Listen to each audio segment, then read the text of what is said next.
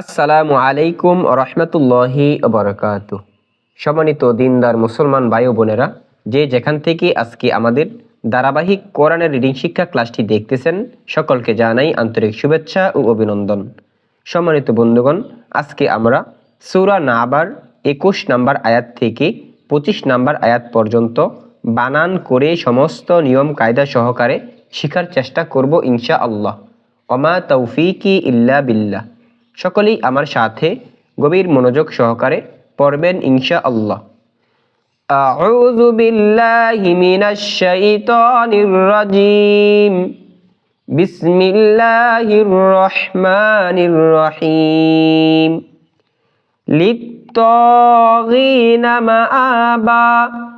লাম তজের লিত, ত খারা জবর ত, লিত ত, গয় নিয়াজের গি, লিত তগি, নুন জবর না, লিত্তাগিনা,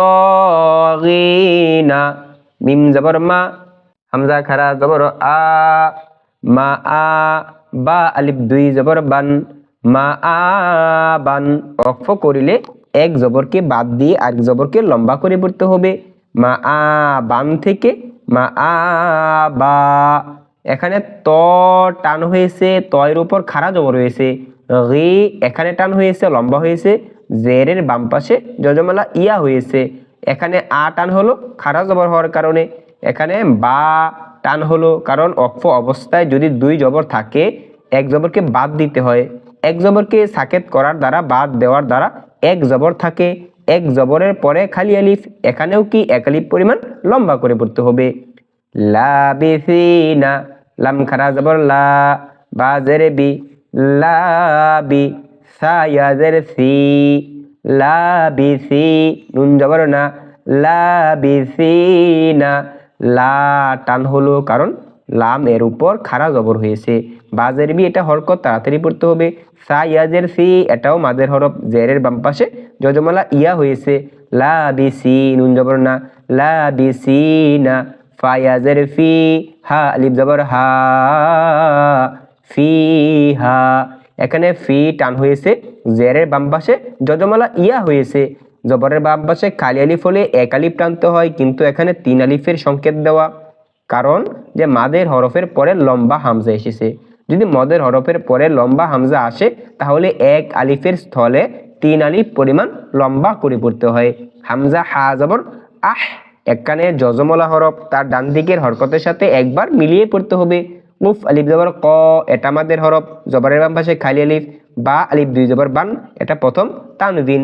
এখন ওয়াকফের কারণে এক জবরকে বাদ দিতে হবে, আরেক জবরকে লম্বা করতে হবে। বা আলিফ জবর বা, আহকাবা। লা ইয়াযুকুনা ফিহা বারদাও ওয়ালা শারাবা।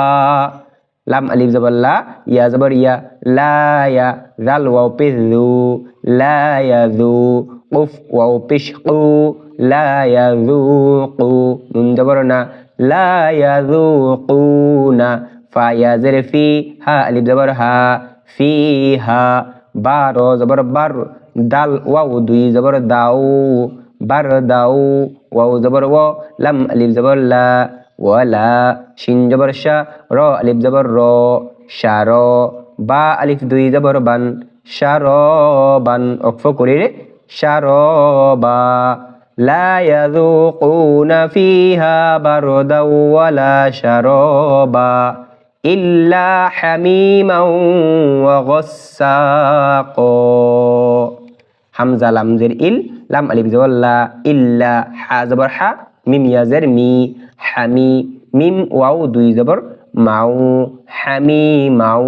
ওয়াও জবর ওয়া, গইন সিন জবর গস, ওয়া গস, সিন আলিফ জবর সা, ওয়া গসসা।